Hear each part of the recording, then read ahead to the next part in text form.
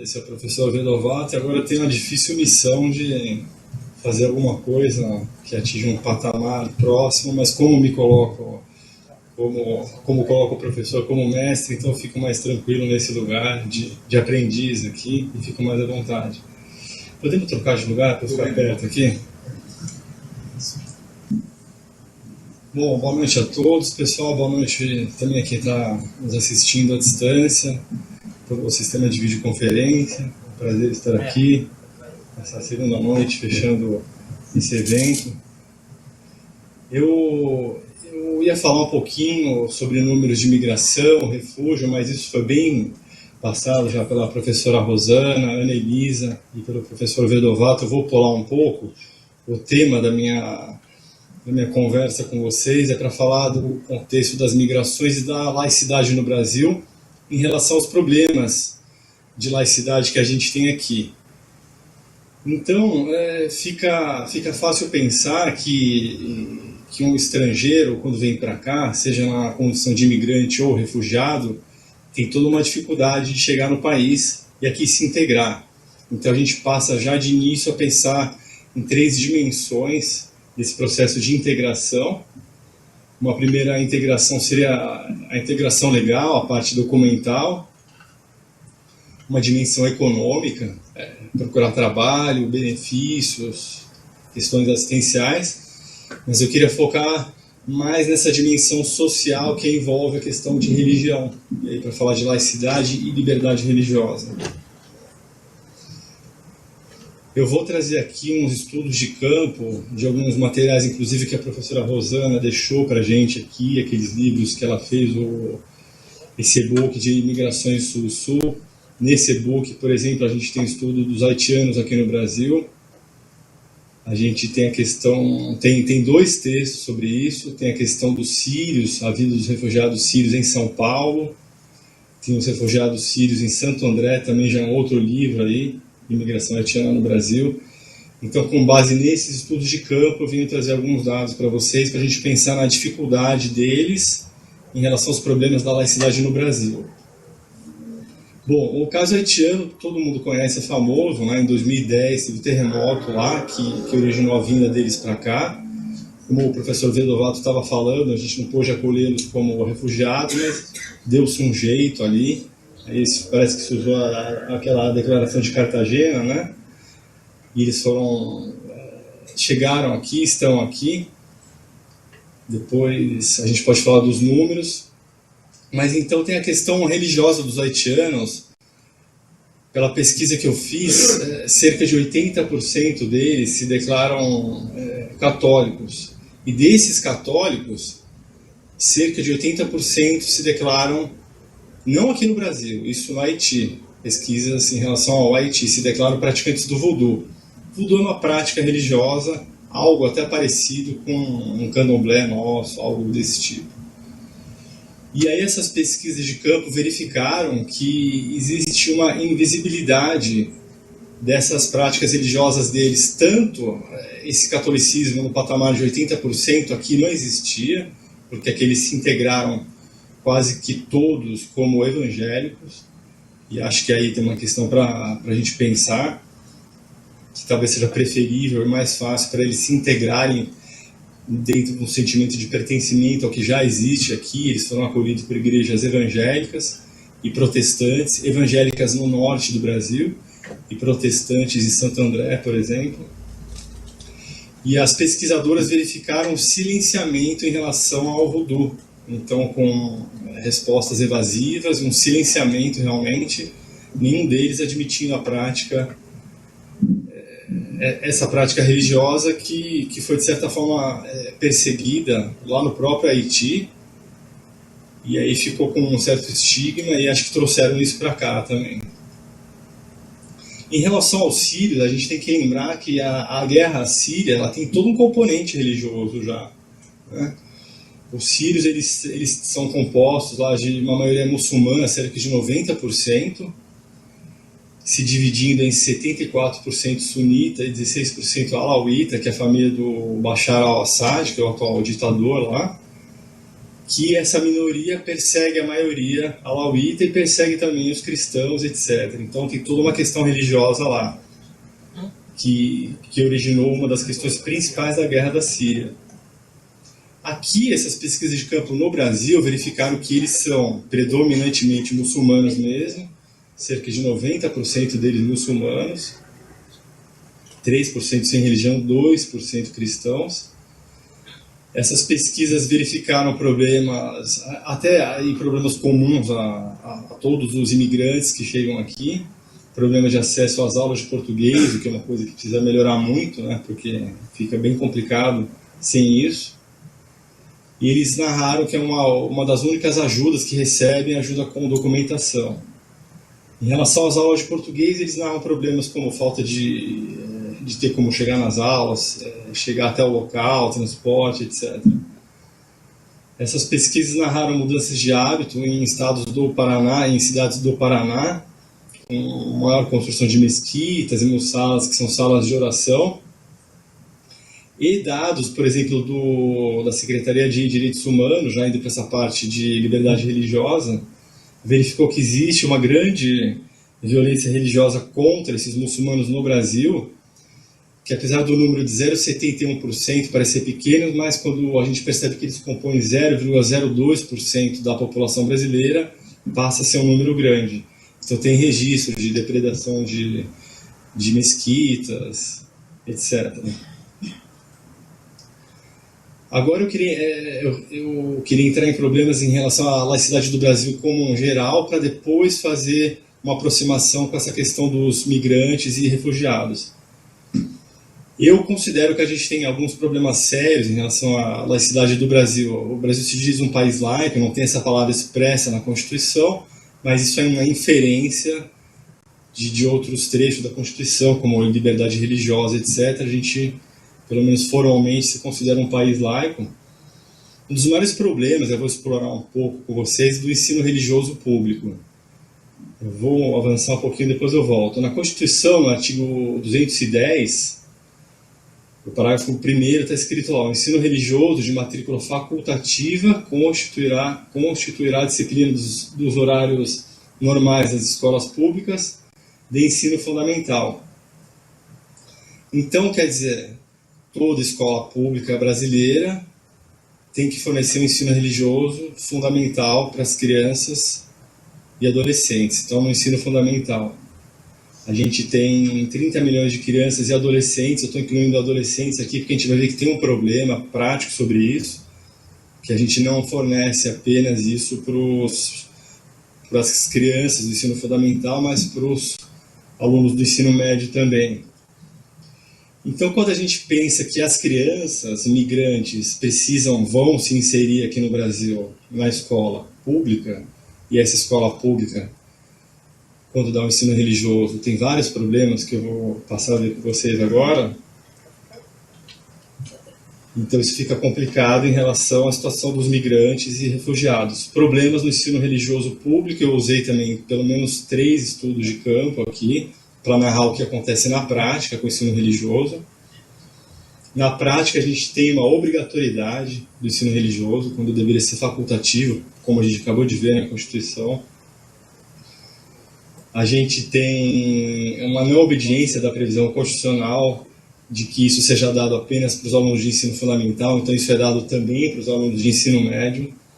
A gente tem uma falta de disciplina alternativa para o horário da aula de ensino religioso, então deve ser constrangedor o aluno ficar lá na escola vagando pelo pátio, muitas vezes sendo discriminado pelos outros alunos que estão nas aulas. Não existe uma separação dos alunos de acordo com a religião. Eu vou dizer por que isso aconteceu. A gente não tem pluralismo nas aulas de ensino religioso, porque na prática a gente só tem aula de catolicismo e crenças evangélicas. É só o que a gente tem.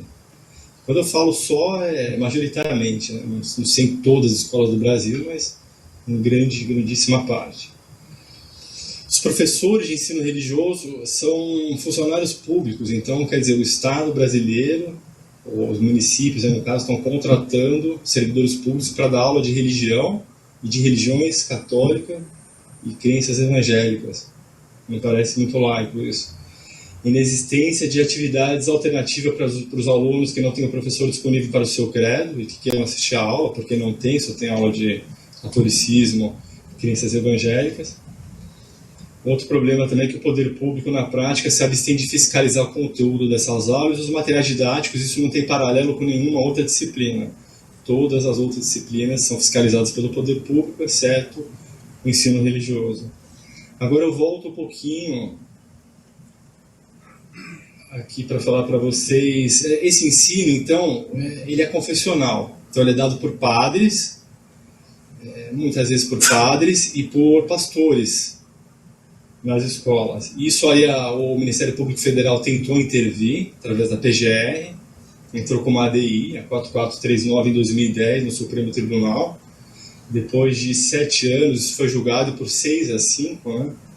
Está na moda esses julgamentos que mostram uma polarização mesmo, não só do país, como da Corte Suprema, né? 6-5, maioria apertada.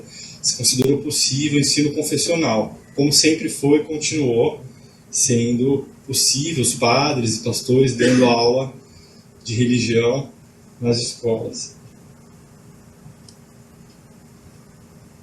Então, sobre o ensino religioso, é um dos problemas que eu coloco da laicidade brasileira. Agora eu avanço para o segundo ponto, que eu considero complicado no Brasil, que é o problema da intolerância religiosa nos canais de rádio e TV.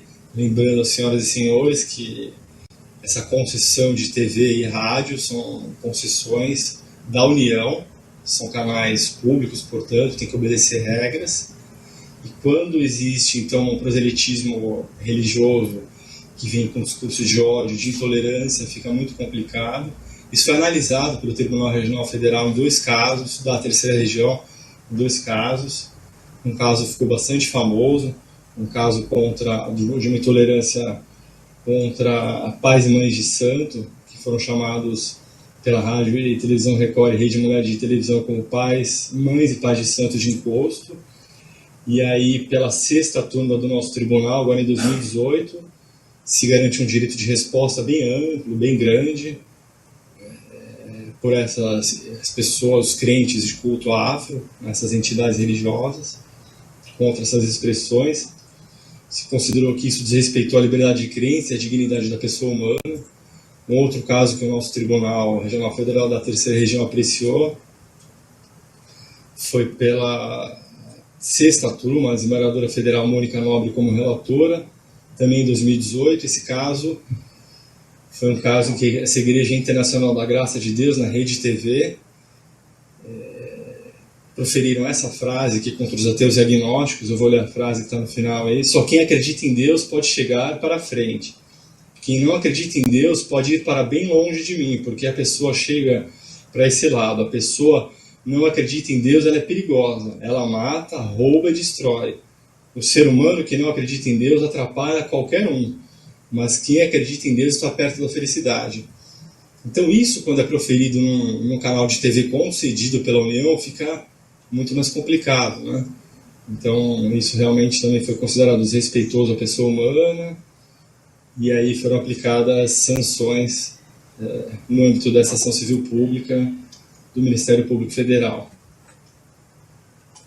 Um outro ponto que eu queria abordar, que eu acho um fator complicador da laicidade brasileira, é a construção de monumentos públicos religiosos, então com verba pública, com dinheiro público.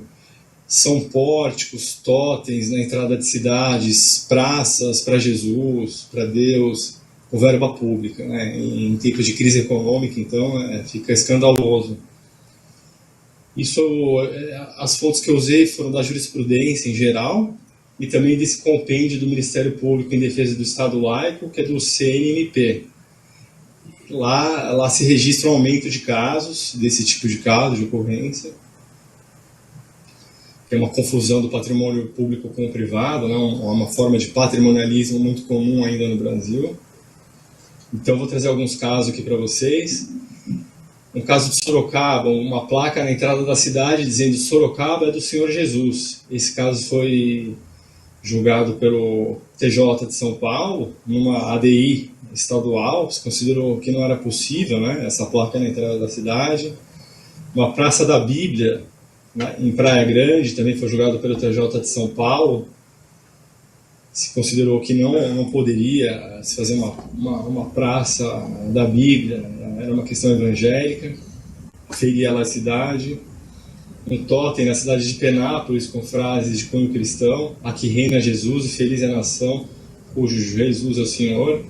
Nesse caso, o TJ considerou possível. Então, realmente é uma questão polêmica. Esse julgado específico considerou possível.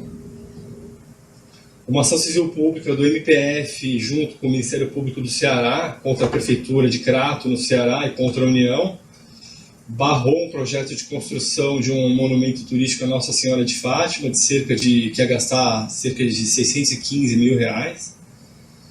E lá não era um município que tinha vocação religiosa, que se você pensar em algo de Aparecida, como é que é? Aparecida do Norte, dá para pensar que tem a ver com o turismo de lá. Ninguém vai pensar que pela laicidade precisa demolir o Cristo Redentor, né? Estamos falando de bom senso aqui, né?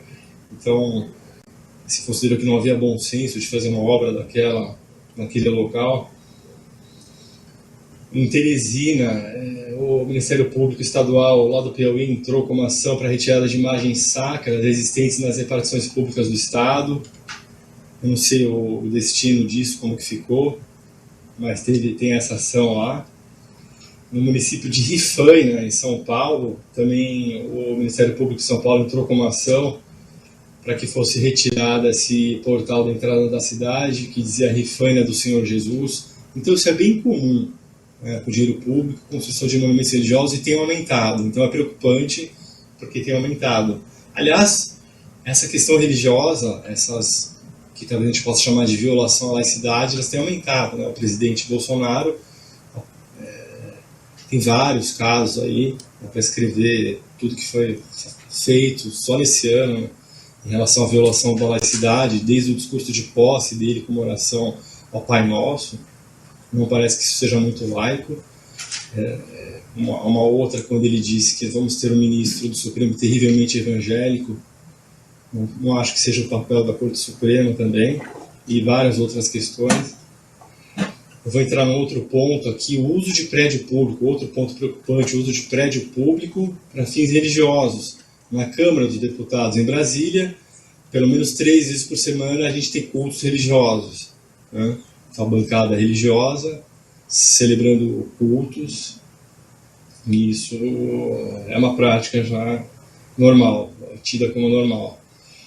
Teve uma ação do Ministério Público Federal no Rio de Janeiro, uma ação de improbidade contra o diretor do Arquivo Nacional lá, porque o diretor do Arquivo Nacional usava o auditório principal, com os equipamentos de áudio e vídeo, com um servidor que ajudava a fazer tudo aquilo, então semanalmente para fazer um culto evangélico lá dentro, né? A gente tem uma ação recente contra o prefeito do Rio, Marcelo Crivella, que pediu para que ele se abstivesse da utilização da máquina pública para a defesa de interesse pessoal. Ele é um bispo religioso, né, um pastor licenciado, né? A gente sabe que tem muito problema lá no Rio de Janeiro em relação a isso. A decisão, depois eu não acompanhei, mas a decisão de tutela de urgência, acho que não deve estar com sentença esse caso ainda.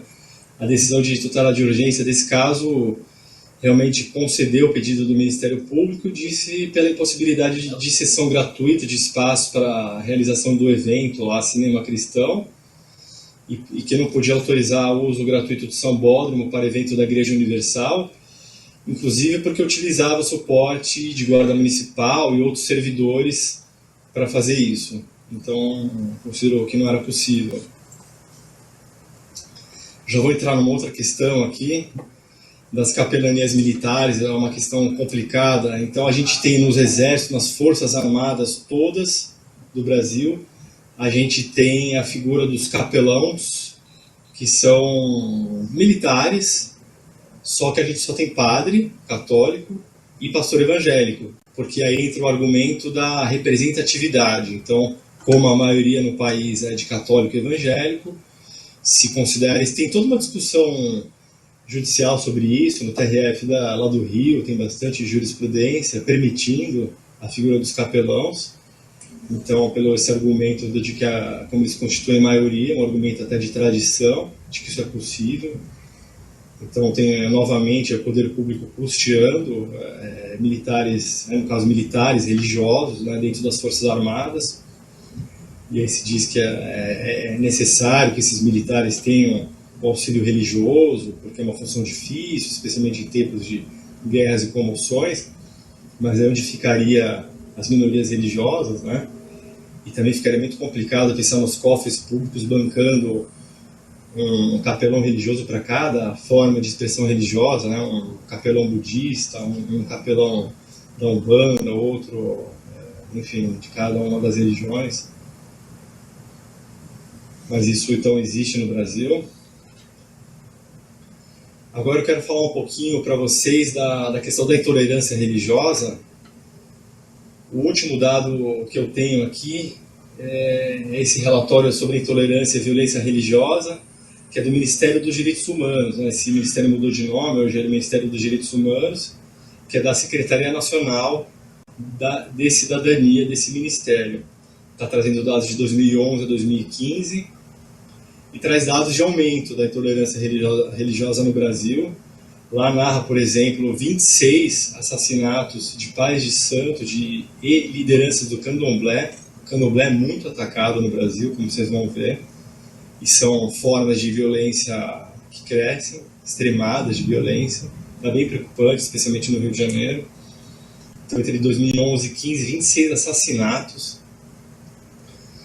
Esse mesmo relatório diz que o Brasil passou da posição de um dos 25 países mais populosos com menor taxa de hostilidade social por motivos religiosos, em 2007, para um dos países com alta taxa, em 2013, de 3,5 a 0,7. Então a gente está nesse patamar aí, então uma violência crescente. As religiões mais discriminadas são as religiões de matriz africanas, e aí disparado com 30%. As religiões cristãs com 6%, protestantes com 5,5%. Esses dados são do Disque 100, do Ministério dos Direitos Humanos, em 2018. Lembrando que os fiéis de cultos afro representam apenas 0,30% da população, então quando a gente fala que eles são vítimas em 30% dos casos, isso é um número maior ainda, né? Se eles representam 0,30%, nem 1%, nem 0,5%, então é um número estrondoso. Agora, dentro disso ainda, da violência religiosa, tem essa figura nova do narco-pentecostalismo, né? Então, o pentecostalismo é formado aí pelos traficantes do Rio de Janeiro, especialmente. Então são traficantes evangélicos que atacam terreiros de Umbanda e Candomblé na Baixada Fluminense. Tem notícias recentes aí desses traficantes do bonde de Jesus. São traficantes que teriam saído aí das penitenciárias do Rio. E eles estão expulsando e destruindo templos da Baixada Fluminense, no Rio de Janeiro em geral. Tem casos de explosão de templos, são violências enormes. Eu vou abordar com vocês algumas dessas notícias. Mas antes disso eu queria trazer para uma linha do tempo de algumas notícias importantes. Vocês lembram do chute na Santa de 95, né? Teve um pastor da Igreja Universal que chutou a Nossa Senhora Aparecida, a imagem dela, né? Em 95, então faz bastante tempo isso, a coisa veio numa escalada. A morte da mãe Gilda foi um ataque desses aí mesmo, parecido com esse do bonde de Jesus, foi um ataque a um templo, se não me engano, de Candomblé. E aí ela ficou toda emocionada, mas ela teve um ataque do coração quando ela leu em um jornal um ataque de uma notícia de uma igreja evangélica que falava: mãe de santa, lesa os fiéis e pega dinheiro para si, alguma coisa assim. Ela teve um ataque fulminante ao ler aquela notícia. E aí, inclusive, foi tão comovente isso que se gerou essa lei, a Lei 11.635 de 2017, que gerou o Dia Nacional de Combate à Intolerância Religiosa, que é celebrado então todo ano, né? Nesse dia 27 de novembro, o combate à intolerância religiosa, por conta do dia da morte da mãe Gilda. Tem um livro também de 2015, é um livro que chamou muita atenção, é um caso que foi julgado pelo Supremo Supremo Tribunal Federal. O livro chama Sim, Sim, Não, Não. É de um padre, o padre Jonas Habib. Ele fala, e ele diz essa frase aqui, por exemplo: se no passado o demônio se escondia atrás dos ídolos, hoje o demônio se esconde atrás dos rituais e nas práticas do espiritismo, da umbanda, do candomblé e de outras formas de espiritismo. Além disso, diz que pais e mães de santos são vítimas e instrumentalizados por Satanás. A doutrina espírita é maligna, vem do maligno, diz a obra. O Supremo Tribunal Federal, nesse caso, ele estava apreciando a questão criminal. Ele disse que isso não era uma questão que se inseria criminalmente, que estava dentro da liberdade de expressão. Então, mas considerou mais um enfoque criminal. Depois a gente tem um outro caso que ficou famoso porque gerou a campanha Acredito no Respeito, Respeito Basta. Teve alguns artistas que se inseriram, globais, que se inseriram nessa campanha. Foi o caso daquela menina Kailane, de 12 anos, que foi atingida por uma pedrada ao sair de culto de Candomblé no Rio de Janeiro, em 2015. A gente teve um caso em Minas Gerais, de 2014, de evangélicos que invadem uma igreja e destroem imagens de santos em Minas Gerais. E aqui, depois então, dessas ocorrências mais iniciais, a gente vem caminhando. O terreiro de Candomblé é incendiado no Distrito Federal em 2015. Em 2018, evangélicos invadem igreja e destroem 8 imagens de santos em Minas Gerais. Em 2019, o terreiro de Candomblé é destruído em Duque de Caxias, na Baixada Fluminense. Em 2019, terreiro de Candomblé é depredado em Nova Iguaçu e religiosos são expulsos. Traficantes dão ordem para fechar terreiros na Baixada Fluminense em 2019. Aí já dentro desse fenômeno de 2019 do narco-pentecostalismo, terreiro é invadido e destruído por criminosos em Maceió, 2019. Então são só uma amostra das ocorrências e fica claro o aumento do nível de violência religiosa, de intolerância. Aliás, o próprio nome intolerância religiosa é uma nomenclatura complicada, porque quando você pensa em tolerar a religião do outro, você está assumindo que a sua religião aqui é a religião correta, né? Talvez seja melhor a gente falar em respeito, né? Respeitar, né? E essa campanha da menina Kailane falava, respeito basta, né? Então, o respeito à religião do outro, talvez não a tolerância também já seria muito bom, né? Partindo do pressuposto dessas notícias que a gente viu, a simples tolerância à religião do outro seria ótima, mas se a gente puder partir para um respeito a religião do outro, seria melhor ainda, partindo inclusive do pressuposto que nessa área religiosa não existe certeza, né? Não existe comprovação científica, então realmente por que a minha religião é melhor que a do outro, né?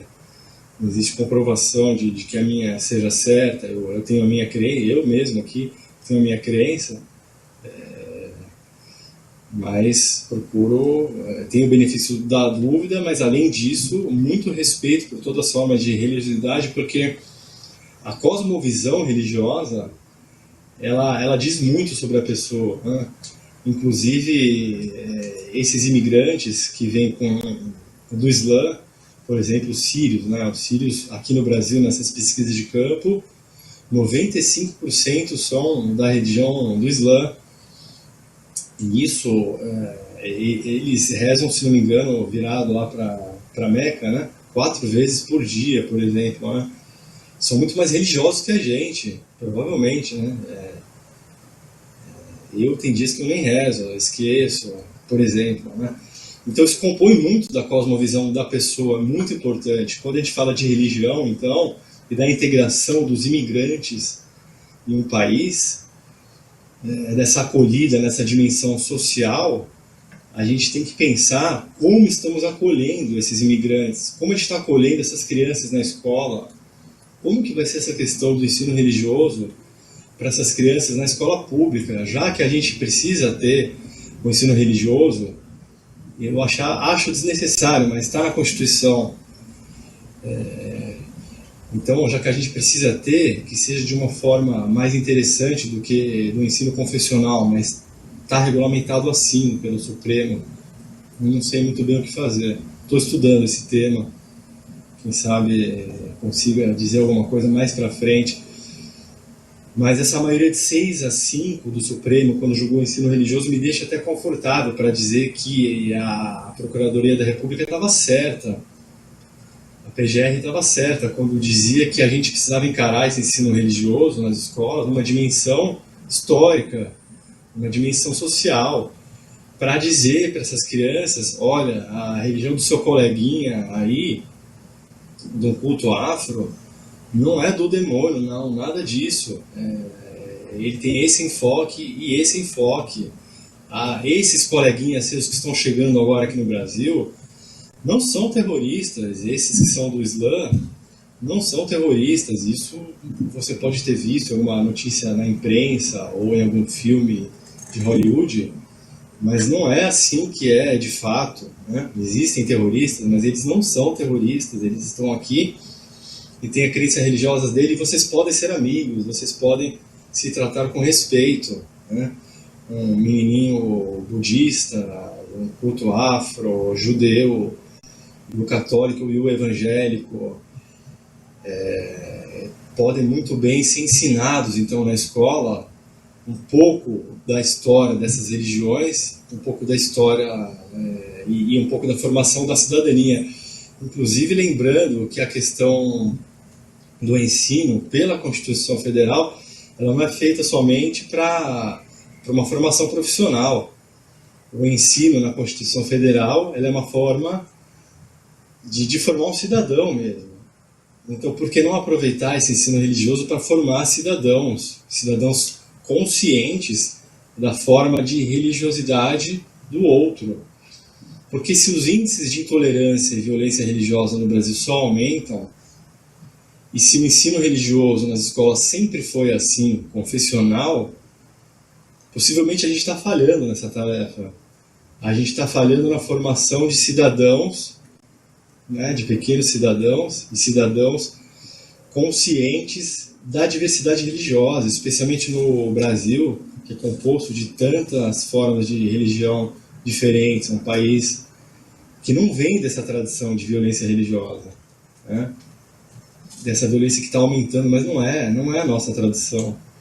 A gente não pode aceitar esses índices alarmantes, essas notícias de pais de santo, mães de santo sendo expulsos de comunidades religiosas, das favelas, não podendo andar de branco, esses imigrantes sírios sendo atacados porque andam de branco, com as mulheres com os véus andando na rua, tem relatos de agressão física disso. A gente não pode permitir isso no Brasil, não é a nossa tradição, né? A nossa tradição, como a professora Rosana dizia ontem, de receber os imigrantes no século XIX, ainda que, como ela mencionou também, até por um imperativo de branqueamento da raça, nós recebemos os imigrantes. Eu mesmo sou descendente de italiano, ainda bem que misturado com um pouco de índio. Mas então a gente tem essa tradição dos imigrantes aqui no Brasil, e agora de uma nova imigração que vem, como a professora Rosana também falou, uma migração sul-sul, pela fechada das portas de imigração no norte, né? Inclusive não só isso, como porque os países fronteiriços dos conflitos, por exemplo, da guerra da Síria, estão saturados. O professor Vedovato acabou de falar que a Turquia não quer mais receber ninguém e está para devolver imigrantes sírios, porque já não tem mais a contrapartida financeira, né? Então, e outros conflitos vários, né, religiosos na África, conflitos muito grotescos mesmo que existem. Então, a gente tem todo um fenômeno novo de imigração sul-sul, e aí vindo, por exemplo, os haitianos, com os cultos religiosos próprios, os sírios também, com as formas de religião próprias, e outros que vêm com religião do Islã, e outras formas de religião variadas que precisam ser melhor acolhidos aqui. Então, todos esses problemas que eu narrei para vocês, de problemas na laicidade brasileira, são formas que, para a gente, mesmo enquanto não imigrantes, são complicadores, porque não recebem bem os agnósticos, ateus, e quem não está representado nessas religiões majoritárias, e para os imigrantes também. E mesmo para quem é de religião majoritária, a gente tem problemas. Por exemplo, uma questão que eu não abordei, mas o do crucifixo. O crucifixo nas repartições públicas já foi julgado pelo TRF3, o nosso tribunal permitiu isso, através de uma ação civil pública do Ministério Público Federal, permitiu, mas até aí tudo bem, é decisão judicial. O CNJ permitiu nos tribunais também, o julgamento do CNJ, tudo bem. Mas esse crucifixo não representa a maioria religiosa, representa os católicos somente. Os evangélicos não concordam com Cristo colocado ali na cruz, acham que é uma posição vexatória para Jesus Cristo na cruz. Então, nem o argumento da tradição, talvez a tradição católica mesmo, né, de quase 400 anos de religião oficial do Estado, aí sim, argumento de tradição, mas o argumento de maioria não. Nem para a maioria religiosa hoje, dos quase 25% de evangélicos no Brasil. Tem aquela outra questão da cédula da Deus seja louvado na cédula de real. O nosso tribunal da terceira região também julgou isso e considerou possível. Tudo bem também. Decisão judicial. E tá aí, não acho que seja um dos maiores problemas não, mas aí também desconsidera a crença agnóstica e ateia, né? E Deus realmente é uma expressão muito ampla, aí pode ser que atenda realmente quase todas as crenças religiosas, mas não atende os ateus. E aí também se considerou lá no julgamento uma questão de maioria, né? A maioria brasileira é religiosa, etc., mas tudo bem. Então eu trouxe para vocês aqui, vou me encaminhando para o final, essa questão dos problemas na laicidade brasileira, tentando correlacionar isso com a imigração e com os refugiados. Inclusive, tem um pontinho também que eu queria falar, estava esquecendo, tem uma tendência de aumento de recebimento de imigrantes e refugiados em geral, em países como o Brasil, por conta da questão climática, né? Acho que isso acabou não sendo falado aqui, isso não é consenso aí na academia, nem a expressão refugiado climático, nem imigrante climático não é uma nomenclatura consensual, mas isso com a questão do aumento da temperatura global, com o aumento do nível dos mares, deve gerar problemas também. Inclusive eu vejo problemas em relação aos países do norte, de aumento do nível dos oceanos, países ameaçados, por exemplo, Portugal, Holanda. Então é possível que a gente veja uma migração norte-sul, vai ser até triste, né? Lógico, mas curioso de ver, talvez, países do norte que fecham as fronteiras, por razões variadas, mandando pessoas para o sul, porque o Brasil, por exemplo, é um país que sofreria, isso é consenso científico, sofreria muito menos, sofrerá muito menos com as questões climáticas. Então a gente, se isso se confirmar, e aí entrando no que não é muito objeto da palestra, mas confirmando aí o aumento da temperatura global, virão realmente problemas muito graves em relação ao aumento do nível dos mares, etc. Realmente isso não é consenso nenhum, inclusive tem gente que acha que isso é uma falácia, né? Mas a maioria científica está apontando para uma preocupação muito grave, né, em relação a isso. E aí meu último slide aqui está dizendo a questão da falta de recursos financeiros da nossa crise econômica, provocando a falta de investimento em programas de defesa dos direitos humanos, né? Eu dou um exemplo aqui, um centro de promoção de liberdade religiosa dos direitos humanos lá no Rio de Janeiro foi fechado, e isso hoje em dia lá está sendo passado ali para a Universidade Federal do Rio, etc. Mas então um esvaziamento, que a gente vê isso acontecer nos órgãos federais, né? Já acontecendo. Essa é uma realidade que está em todo lugar, né? Com a falta de verba, etc. Mas em relação aos direitos humanos também, e isso passa a ser mais preocupante com o esvaziamento. A gente vê no IBAMA, por exemplo, a questão dos índios, em vários locais, né? Então essas eram as preocupações principais que eu pensei em falar para vocês. Eu tinha trazido uns dados aqui sobre imigração, etc., mas foi já bem abordado pelos palestrantes.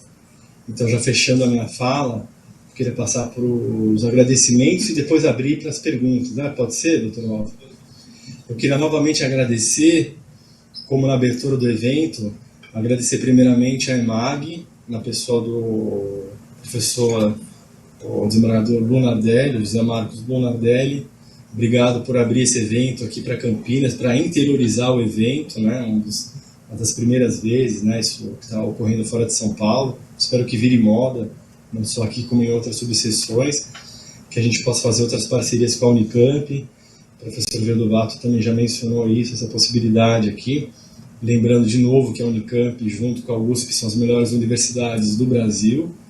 E a gente tem essa riqueza cultural aqui perto da gente, a gente tem que explorar isso, tem que trazer a academia mais perto da gente.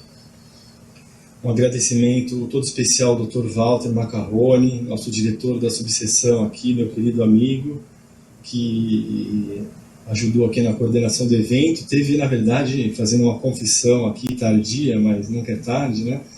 Dr. Walter que pensou nesse evento, primeiramente. Depois eu acabei executando, mas ele é a mentora intelectual do evento, então é o mandante aí, o autor intelectual do crime, na brincadeira, do evento. E agradeço muito aí, Walter, por você ter ajudado e me dado aí, toda a liberdade de fazer o evento. Um agradecimento todo especial ao colega e amigo Raul Mariano, na coordenação do evento. Também ele tem muito mais experiência nisso, está junto da EMAG lá e ajudou bastante. Agradecer o pessoal da EMAG, né, na figura da Heloísa, lá, a servidora. Agradecer aos nossos servidores aqui, na pessoa da Claudiana e do Ednilson, que se desdobraram para fazer o evento no período de muito tumulto aqui, com a vinda dos colegas do Jeff, o Fernão, que está aqui nos prestigiando. Serão recebidos de forma muito calorosa aqui em breve, estaremos juntos. Então, mas muito tumulto para fazer isso possível. Estou esquecendo de agradecer alguém? Será? Tenho medo de esquecer. Agradecer a Deus. Muito bom, muito bom. Eu agradeço a Deus mesmo. Eu agradeço todo dia. Eu acho que a gratidão é essencial. Eu tenho cada vez mais praticado a gratidão a Deus e a Jesus. Eu sou cristão, não evangélico, mas sou cristão. E agradeço mesmo. E a gente vai abrir, então, eu vou passar a palavra para o Dr. Walter, a gente vai abrir para perguntas aí, uma provocação, pergunta do Walter, e aí de vocês, por favor. E aí, quando eles fizerem perguntas, acho que vocês podem ajudar para passar o microfone, né, Claudiana? Obrigado, gente.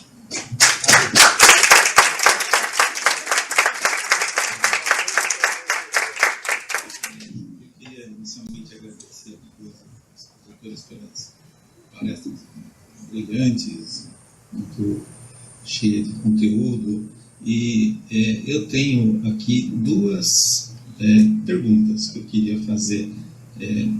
Primeiramente, ao Lovato, depois ao doutor Renato.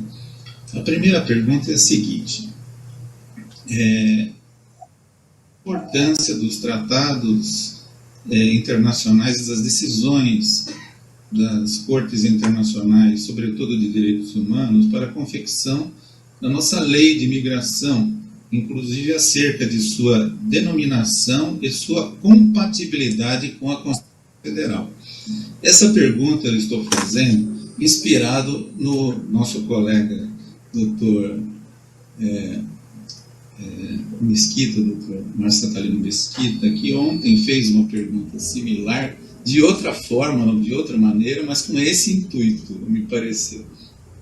Então, para aprofundamento do tema, que eu acho muito importante, né, porque muita gente me pergunta sobre a lei de imigração, sem entender por que ela se chama lei de imigração.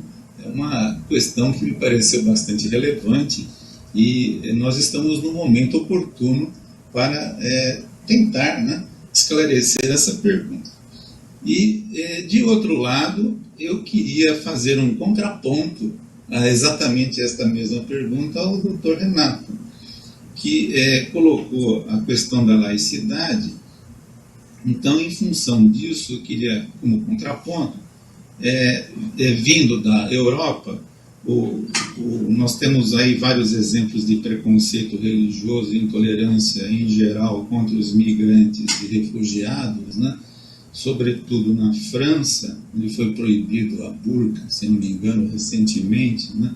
No Reino Unido, onde inclusive uma das causas, né, dizem, né, que uma das causas do Brexit é exatamente a intolerância aos migrantes que estão utilizando lá os sistemas públicos do Reino Unido, as situações que envolvem a Itália, com as suas leis de exceção a migrantes, de restrição a migrantes, né? Outras políticas que estão ocorrendo na Europa, como a da Alemanha e na Hungria principalmente, né? Com restrições, embora nós tenhamos outros estados europeus que ainda têm uma política migratória mais aberta. A pergunta que eu faço é o seguinte: nós estaremos vivendo um processo de mudança nessa situação de como entender a migração, essas decisões das cortes internacionais, dos tratados internacionais, inclusive que nasceram na própria Europa. Nós estamos vivendo uma época de mudança em função dessas situações que nós estamos vivenciando atualmente. Então são essas duas perguntas, são duas provocações aqui que eu faço aos expositores e na sequência nós abriremos aqui para o debate aos presentes. Então, acho que poderíamos já... Obrigado, Dr. Walter. As perguntas são realmente provocativas e merecem uma atenção. Sobre os tratados internacionais de direitos humanos, que a gente tem tido um trabalho bem interessante, né, de publicação, tenho acompanhado com bastante felicidade o trabalho que tem sido feito pelo Ministério Público Federal de tradução das sentenças da Corte Interamericana de Direitos Humanos. Hoje a gente tem todas as decisões da Corte. Aliás, foi publicado ontem o último lote de 5 sentenças da Corte traduzidas para o português, que vão ajudar muito, né? E nessa construção dos tratados internacionais de direitos humanos, que a Justiça Federal foi fundamental para identificar a hierarquia, para falar dessa relação entre direito interno e direito internacional a partir da ordem interna, a gente tem a construção de que você não vai tratar o indivíduo como estrangeiro, como estatuto do estrangeiro, né, que seria o de fora, mas sim aquele que está vindo para viver aqui, né, o migrante. Então a gente teve o cuidado de substituir a expressão estatuto do estrangeiro para lei de imigração, para garantir que a possibilidade desse sujeito vir para cá e fazer parte da nossa sociedade. Quando você pensava no estatuto do estrangeiro, você tinha um contexto de falta de pertencimento, né? Ele acabava não se integrando, a integração não é a melhor palavra, mas acabava não fazendo parte dessa sociedade para onde ele ia. Ele sempre tratado como estrangeiro e tratado como um problema de segurança nacional.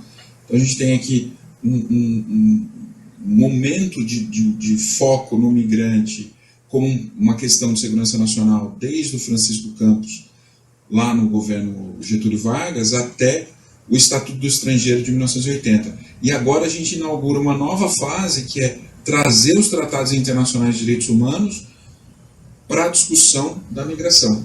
E aí é fundamental o direito internacional e essa relação.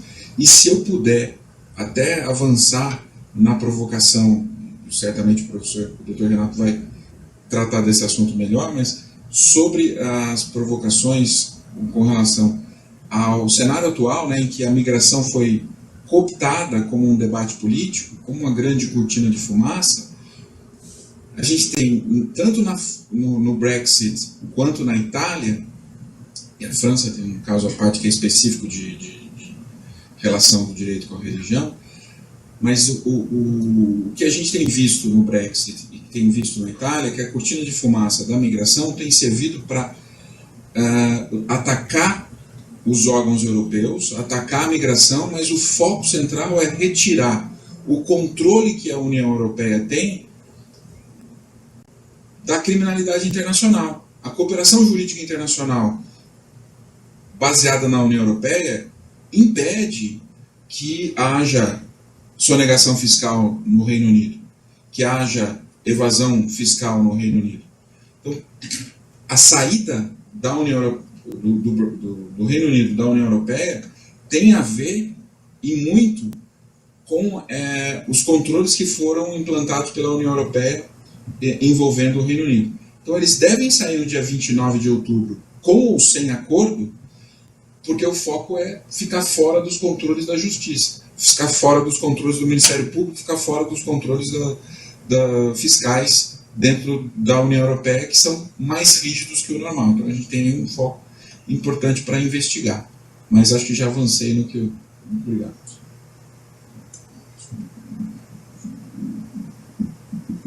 Bom, Walter, sobre a sua pergunta, em relação à França, a gente tem um termo lá que se usa, em vez de laicidade, laicismo, né? Então a gente tem aqui, teoricamente, uma laicidade, lá existe uma forma de laicismo, que é o Estado convivendo de uma forma diferente com a questão religiosa, tolhendo um pouco mais as expressões religiosas na esfera pública. Então isso seria um laicismo que a gente não quer ver aqui no Brasil. Então lá, por exemplo, a questão dos símbolos religiosos que se usam, por exemplo, na escola francesa, não são permitidos. Um crucifixo grande para um aluno na escola, ou ostensivo, não é permitido. A burca, que também é um símbolo religioso, não é permitido. Claro que aí, no caso da burca, entram outros argumentos, né, até de segurança nacional, que a pessoa está escondendo o rosto, etc. Mas então lá, por exemplo, na França tem um enfoque bem diferente. Eu sei que a Turquia tem algo parecido também, especialmente em relação ao ensino religioso lá, também o ensino religioso que é dado só da maioria religiosa deles lá, que é muçulmana de alguma vertente que eu não me recordo agora, que é da maioria religiosa também. Mas você estava perguntando de uma questão mais ampla, se a gente está vivendo um processo de mudança em relação à decisão das cortes internacionais também. O que eu sei, por exemplo, que em relação às cortes de justiça internacionais, nesse ponto que eu toquei do crucifixo, o Tribunal Constitucional Alemão ele não permitiu, por exemplo, a presença dos crucifixos nas repartições públicas. Tem alguns casos da Corte Europeia de Direitos Humanos também nesse sentido. Tem um caso que eu esqueci o nome, Lautze, né? Vou falar, que tem a ver com o crucifixo também, né? Que não permitiu também a presença dos crucifixos, porque na Itália, como a gente sabe, a expressão católica da Igreja Romana, né? Lógico, é muito grande lá. Mas eu acho, daí eu vou te responder de uma forma mais ampla, talvez saindo um pouco até desse ponto, que essa polarização que a gente diz que está vivendo aqui no Brasil, na verdade, me parece que seja um fenômeno mundial, né? Então, inclusive, aí tem a questão financeira, né? De uma crise financeira global, que talvez ouço dizer que que o mundo não se recuperou depois da crise da bolha de Nova York, lá, né? Que é uma crise que vem se acumulando, e isso gera uma escassez de recursos, em geral, que gera, então, problemas em relação ao emprego, problemas em relação à concorrência com o outro. A pessoa começa a olhar o semelhante de uma posição concorrencial, né? Ele ameaça meu emprego. Então, o imigrante, o refugiado que entra no Brasil, talvez aquela foto que o professor Verdovato mostrou, daquela passeata na Avenida Paulista, que nem tinha muita razão de ser, porque a gente tem 0,3% de imigrantes no Brasil. mas eles possivelmente, não sei, mas possivelmente estavam pensando nessa questão. Os imigrantes vêm aqui concorrer com a gente aqui mal tem emprego, 13 milhões de desempregados, né? Então os imigrantes vêm aqui concorrer com a gente, não a lei de imigração, né? E esse é um fenômeno mundial, né? A questão da falta de emprego, inclusive aí entram outros componentes, né? A questão que o Dr. Raul estuda, da questão da automação, da inteligência artificial, a retirada de empregos pelas máquinas, tem várias questões. Então, a partir, e aí fechando a minha resposta, a partir disso, você jogar isso para uma questão religiosa, fica fácil, né? Então, eu não quero o imigrante aqui porque ele me ameaça de várias formas e ele é diferente, né? Ele é diferente, eu não quero o diferente, eu não quero ter que lidar com a diferença, eu não quero saber de alteridade. E aí, então, por várias razões, isso tem sido um problema crescente no mundo. Eu acho que se for analisar a questão da intolerância religiosa no mundo, ela é bem grande e é crescente, é preocupante.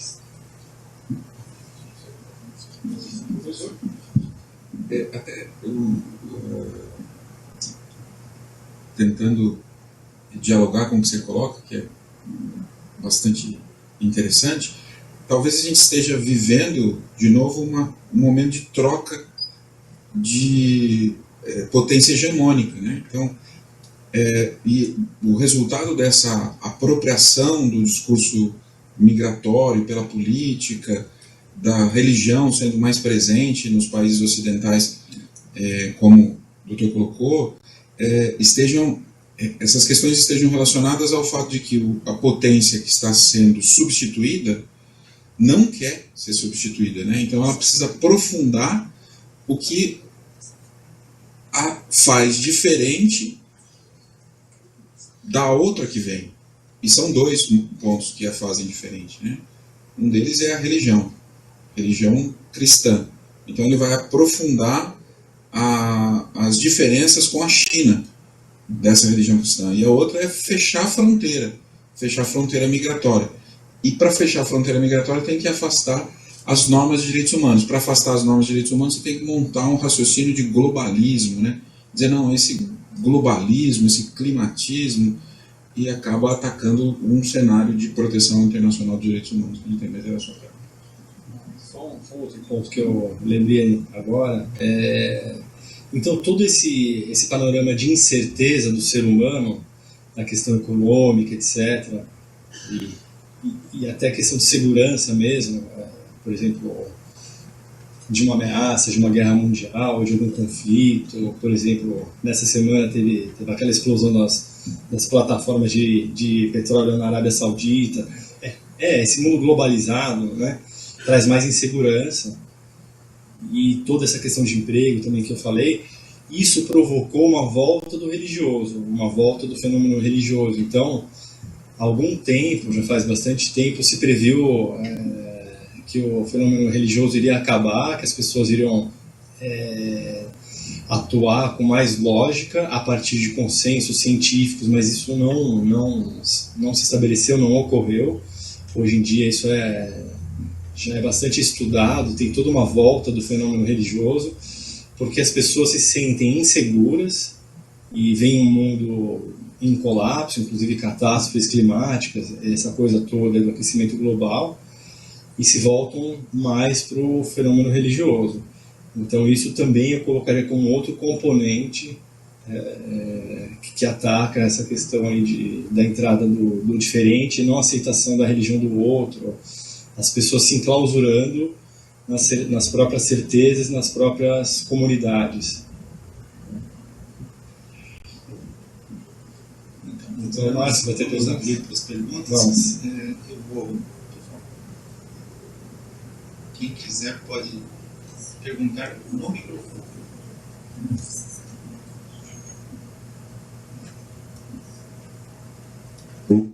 Alô. Muito obrigado pela oportunidade. Sou Carlos, já estou em palestra, faço pergunta. O professor Bedorato é o seguinte: primeiro é essa questão dessa nova forma de reaquisição de nacionalidade que foi prevista na lei, se durante a elaboração dos debates vocês discutiram essa constitucionalidade. Porque, assim, tudo bem que o juiz conservador é um pleonasmo, mas eu sempre aprendi que as formas de aquisição e nacionalidade são disciplinadas constitucionalmente e a lei não poderia introduzir uma nova forma, que é reaquisição de nacionalidade brasileira perdida. Se isso foi objeto de debate. E o segundo ponto é uma humilde sugestão. A previsão de cumprimento da pena no exterior, no estrangeiro, que eu acho muito bom, mas assim, existe o trânsito em julgado. Isso na prática não vai funcionar. Porque até a sentença transitar em julgado, ainda mais agora que foi permitida a progressão do regime, quando eu ingressei na Justiça Federal, é o seguinte: é estrangeiro, isso pressupõe que a possibilidade de fuga, então vai cumprir a pena integralmente em regime fechado. Era assim, a jurisprudência era essa. Hoje se permite até a progressão, parece que aquela suspeita se concretizava, porque o sujeito progrediu do regime e ele desaparece. Né? Então, assim, isso é uma sugestão, não vai funcionar. Teria que se possibilitar a transferência do preso para cumprimento de pena no exterior, mesmo sem o trânsito em julgado. A gente tem muito medo de fazer isso sem transitar em julgado. Mas é uma sugestão que fica essa. E para o colega amigo, eu adorei o tema que você está discutindo, é um tema assim, super interessante e nosso. Para você, vou fazer só uma provocação. Né? As religiões, eu vou falar aqui das de matriz judaico-cristã e islâmica, que também saiu da mesma. Eu não vou me aventurar a entrar nas afros, porque eu não tenho conhecimento. Até frequentei o terreno de Candomblé com um colega meu na faculdade, que era Cavalo, acho que o nome era esse. Achei o culto muito divertido, tinha, né?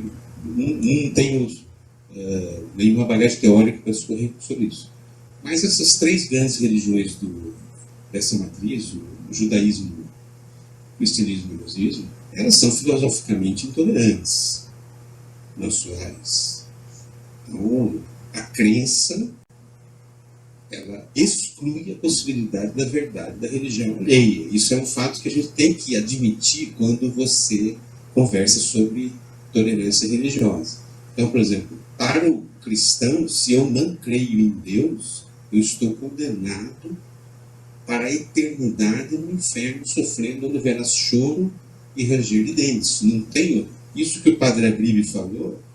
Essa é a doutrina, apesar dos padres não falarem isso em público, essa é a doutrina oficial da Igreja Católica. A manifestação de espíritos no espiritismo não é a manifestação de pessoas mortas, é a manifestação do demônio. Essa é a doutrina oficial. Então, acho que a gente tem que ser um pouco condescendente se a Constituição consagra a laicidade do Estado e a liberdade religiosa, um pouco condescendente quando as religiões têm essas manifestações que nos parecem, às vezes, ofensivas. Eu até posso me sentir ofendido dele me dizer que eu, por não acreditar na crença dele e não ir na missa dos domingos, eu vou arder a eternidade no fogo do inferno, mas é o que a religião dele diz. Então, esse é um problema que dificulta muito a questão isso, evidentemente que isso não permite que o sujeito vá lá e mate o outro, né? Mas o discurso religioso, aliás, essa preocupação ficou no julgamento do Supremo. Então eu queria fazer essa provocação com você. E uma outra, essa é uma sugestão para você, é a questão do uso dos argumentos de fundo religioso no debate político. Tem um diálogo interessante entre o Habermas e o cardeal Ratzinger, quando ele era ainda prefeito para a Congregação da Doutrina da Fé, que é a antiga Santa Inquisição, depois ele veio a ser o Papa Bento XVI, sobre a possibilidade ou não do uso, no Estado laico, do uso de argumentos de fundo religioso, porque, no fundo, todos os valores morais são metafísicos. Ainda os que se pautam na racionalidade são metafísicos. Então, para você, mais assim, essa preocupação dessa questão do discurso religioso, a tolerância contra o discurso religioso.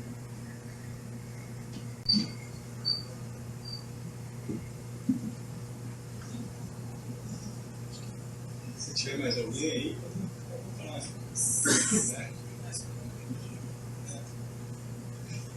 Boa noite. Boa noite. Meu nome é Gustavo. De início, gostaria de parabenizar os palestrantes, porque é um tema sensível. Percebi o cuidado nas palavras pela complexidade, né, do assunto.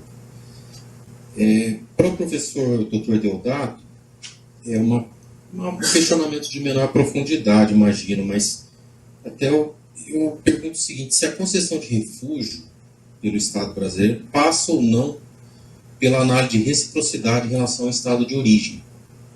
Ou seja, em outras palavras, não que essa seja uma preocupação principal, mas nós não corremos o risco de o Brasil conferir tratamento privilegiado e incompatível com o tratamento recebido pelos nossos nacionais no país de origem, desses que nós recebemos sob o Estatuto do Refúgio. Não que eu pense que deva se conferir um tratamento incompatível com a Constituição, né, pelos direitos iguais de estrangeiros, enfim. Mas isso na prática, isso pode ocorrer, ou seja, o tratamento que nossos brasileiros recebem nos estados asiáticos, no Oriente Médio, enfim, é compatível com tudo aquilo que a gente procura alcançar de direitos aos nacionais deles, no nosso estado? E para o Dr. Renato, o senhor tocou num ponto sobre a questão das TVs, das concessões, né? Então, o que eu pergunto seria o seguinte: eu entendo a preocupação da laicidade, mas eventual vedação de veiculação de opiniões sobre o uso de nome de Deus através de TV de concessão pública não representaria ofensa à liberdade de expressão?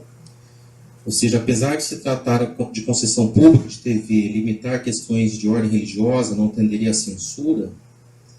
E a atuação do Estado em questões de ordem ou intolerância religiosa não deveria somente passar pelo crivo das leis penais e cíveis, ou seja, de dano moral, configurar dano moral, porque a discussão não tem fim, né? A gente percebe que a questão de respeito no país, ela passa muito pela maturidade da civilidade do povo. A gente engatinha com questões de respeito quando trata diferenças, isso para LGBT ou mesmo para a mulher na rua, né? Até hoje a gente percebe que existe uma questão machista muito presente. Então, o Estado se estender essas questões de ordem religiosa, não seria um terreno bastante aí arenoso quando a gente ainda pedala para questões elementares envolvendo gênero, raça, cor, enfim? Seria isso. Muito obrigado.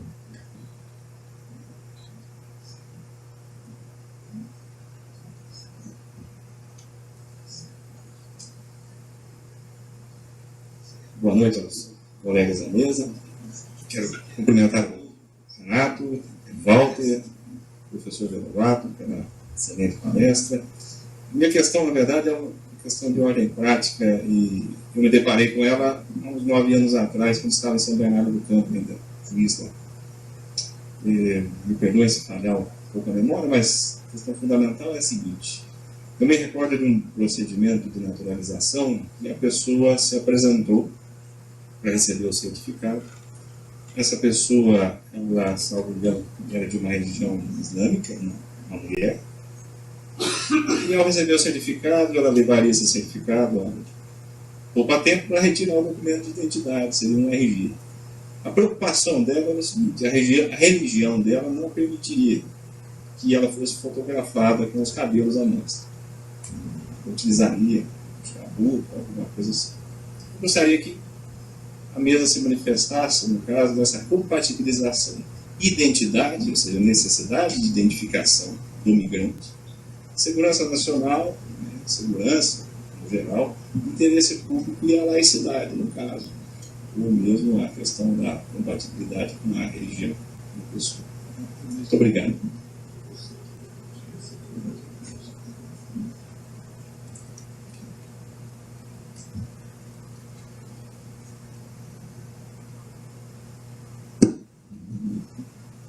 Isso, né? De perguntas é isso, né, Cláudio? Certo, então vou passar para o Carlos Deodato aqui. Não, Gostaria que você começasse. Então, temos as perguntas do Márcio, do Gustavo e do Ricardo. Né? Bom, primeiro, obrigado pelas perguntas, são perguntas extremamente instigantes e interessantes. Doutor Márcio, sobre a requisição da nacionalidade, esse é um tema interessante, acabou que não foi alvo de debate direto, especificamente, porque a tradição da nossa doutrina era de que era possível a requisição. Então, acho que o primeiro embate foi lá com o Clóvis Bevilacqua, no começo do século, em que, e eu imagino que eles acabaram por entender que isso viria da doutrina, essa possibilidade. Mas confesso que faz sentido a colocação que o doutor fez, porque se está lá, as possibilidades de aquisição da nacionalidade estão na Constituição, qualquer requisição deveria também estar lá. Vou pensar, o que eu responderia de cara é que a doutrina já respondia isso há bastante tempo, reconhecendo que poderia ser pela lei. A lei lá de 49 já trazia essa possibilidade de requisição. A minha preocupação específica sobre a perda de nacionalidade é que nem a lei anterior, nem a Constituição define em que momento que há a perda de nacionalidade. Se a nacionalidade vai se perder no momento da aquisição da nova nacionalidade, como o caso de Cláudia Roehring, ou se vai se dar no momento da declaração disso com o ato administrativo que decreta, né, que está escrito decreta ou declara a perda da nacionalidade. Na minha visão, nós teríamos aqui um problema de ausência na lei, a lei atual, de regulamentação. Na verdade, a gente tem no artigo 12, parágrafo 4º da Constituição, as formas de perda de nacionalidade. E uma das formas de perda de nacionalidade é a aquisição de uma nova nacionalidade. Isso não está na lei. A aquisição de uma nova nacionalidade, como forma de perda de nacionalidade, não está claramente colocada na lei. E em que momento que isso acontece? Está o caso de você ter a declaração por sentença judicial de perda da nacionalidade por naturalização, né, por atividade nociva ao interesse nacional. Está lá na lei. Mas a outra não está regulamentada na lei, vem no decreto. E a gente teria que discutir se esse pulo seria possível, sem a lei e pelo decreto. No caso da Cláudia Roehring, especificamente, eu vejo como um caso curioso, porque, afinal de contas, se ela declarasse ali o desejo dela de retornar e apresentasse um protocolo lá nos Estados Unidos abrindo mão da nacionalidade, ela teria o direito de aplicação desse dispositivo e, para mim, barraria a extradição, né? Bom, com relação à necessidade do trânsito julgado, eu fico pensando se não exigir o trânsito julgado e ele for absolvido depois, aqui. Porque foge a nossa possibilidade. Você vai entregar o cara para cumprir pena na Líbia, e aí você, puxa, o cara era inocente, e aí ele vai ser absolvido aqui, mas está cumprindo pena na Líbia, você não tem força executiva dessa decisão, né? Sobre o fato dele progredir de regime e desaparecer, talvez esse seja um foco importante para a pesquisa, para a gente pegar quantos foram os casos de desaparecimento durante o cumprimento de pena, no caso de progressão de regime, e se isso é diferente do percentual do brasileiro, né, que progrediu de regime e também desapareceu. Então, para a gente ter uma noção de que se a decisão está ou não compatível com o fato. Mas são perguntas instigantes que merecem até um pensamento sobre textos que a gente podia, textos futuros, né?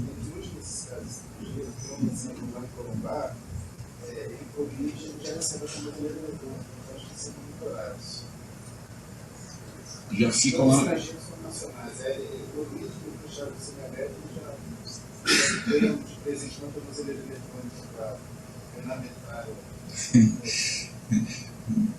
Tá certo. No meu caso tinha que ser uma tornozeleira eletrônica maior, porque a perna é mais gorda. Gustavo, o refúgio ele não exige reciprocidade. E até é importante que não exija, porque na verdade ele está sendo perseguido naquele país. e ele vem para o Brasil porque ele está sendo perseguido. Então a gente dá o refúgio, mesmo que o país de onde ele vem nunca deu refúgio para o brasileiro.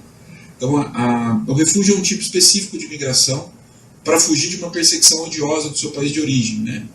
E por isso a reciprocidade não é exigida. A reciprocidade deveria ser exigida na concessão de visto, deveria ser exigida o reconhecimento de diploma, deveria ser exigida em outros casos. Para a gente ter uma ideia específica, a gente já comentou aqui, mas para o americano ter um visto para o Brasil, ele fazia isso online e recebia 2 dias depois o visto e ele colava no passaporte dele para entrar no Brasil. Não era necessário tirar a necessidade de visto de americano para vir para cá, porque nenhum americano não teria o seu visto negado para vir para cá. Foi, com todo respeito ao ministro das Relações Exteriores, uma negociação equivocada, essa que abriu espaço para...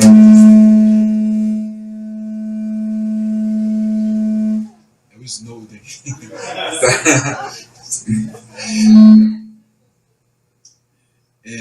Bom, doutor Ricardo, a sua colocação sobre a naturalização, e não sei, doutor Gustavo, se está ok? Essa é uma pergunta muito complicada e muito importante de ser feita, né? Porque ao mesmo tempo que retirar o véu da mulher muçulmana pode significar exigir que uma mulher ocidental tire foto de topless, o cenário é parecido, eu imagino que isso, conseguindo identificar, estou falando daqueles vários tipos de véu que cobrem parte do rosto, né? Eu estou imaginando que esse seja o véu que cobra só o cabelo, né?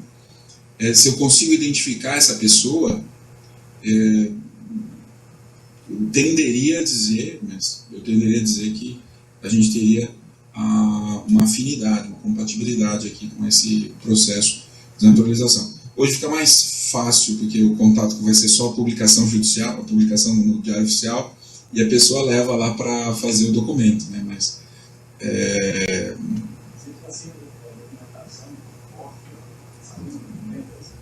sim, o passo seguinte que ela vai ter que tirar foto, sim, é importante.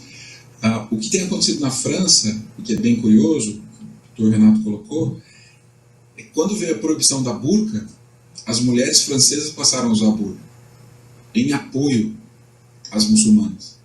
Então você vê mulheres que não são muçulmanas usando a burca só para provocar. E o fiscal francês não vai fiscalizar isso. Fala, não, eu vou gastar meu tempo para ir lá multar a mulher de burca? Não vou. Além do fato de que o muçulmano francês faz questão de pagar a multa para a mulher andar de burca. Então, você tem um cenário bem delicado e por isso as perguntas são instigantes e importantes aqui. O problema é que a gente às vezes não tem, as perguntas são tão interessantes que a gente não tem as respostas tão claramente colocadas. Obrigado. Bom, vou começar do fim para o começo, porque eu já engato nessa fala do Vedovato.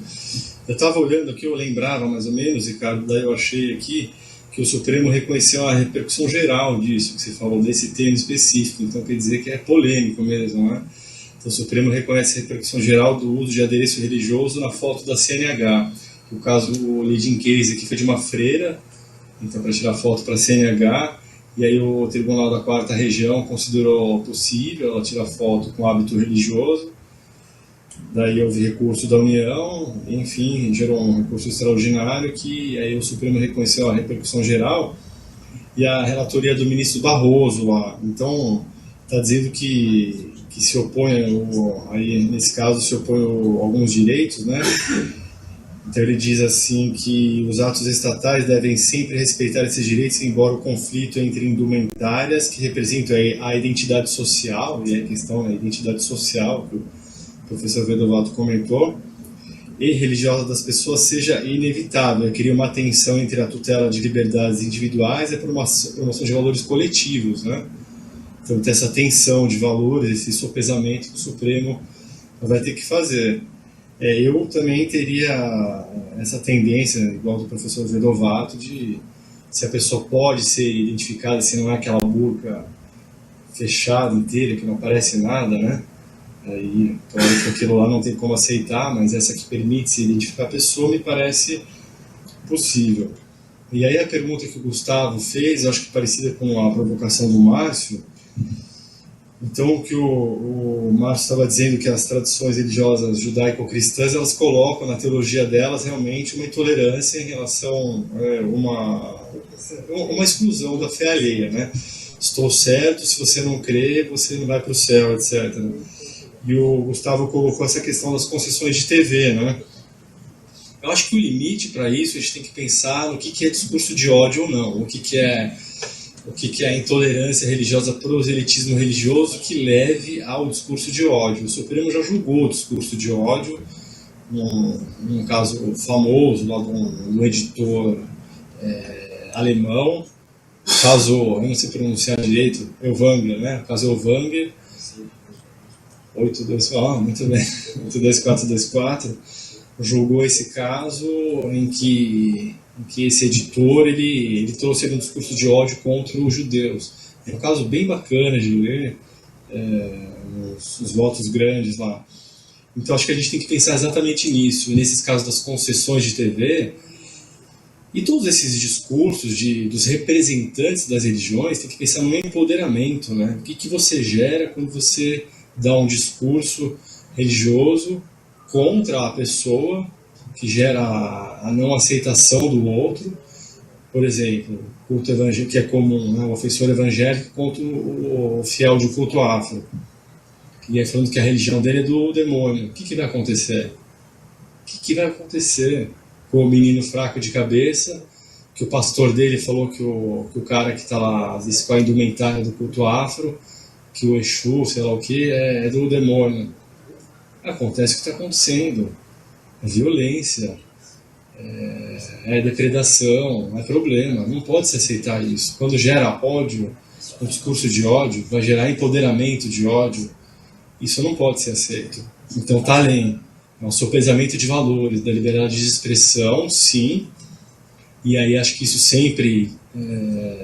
acho que o Brasil tem uma tradição boa nisso. Isso é analisado posteriormente, né? E se tiver problema, como o nosso tribunal fez, fornecer o direito de resposta bem amplo. E aí tem que ser analisado posteriormente, não proibir o discurso de antemão, aí não dá. Mas tem que pensar nisso, qual é o limite para isso, o que está sendo falado lá, a questão do discurso de ódio, a questão do empoderamento das massas religiosas contra o outro. Muito preocupante isso. Então, tanto onde quer que esses discursos estejam, nas TVs, nas rádios, nas igrejas, eu acho que tem que olhar com muito cuidado. Tudo bem? Está respondido? Pessoal, acho que já estamos com o horário adiantado, né? Quase 10 horas, então, mais uma vez agradecendo aí a presença de vocês, quem está em casa até agora pacientemente assistindo a gente. Obrigado aos membros da mesa, o Vedovato, o Dr. Walter, e até o próximo evento, né? Boa noite a todos aí.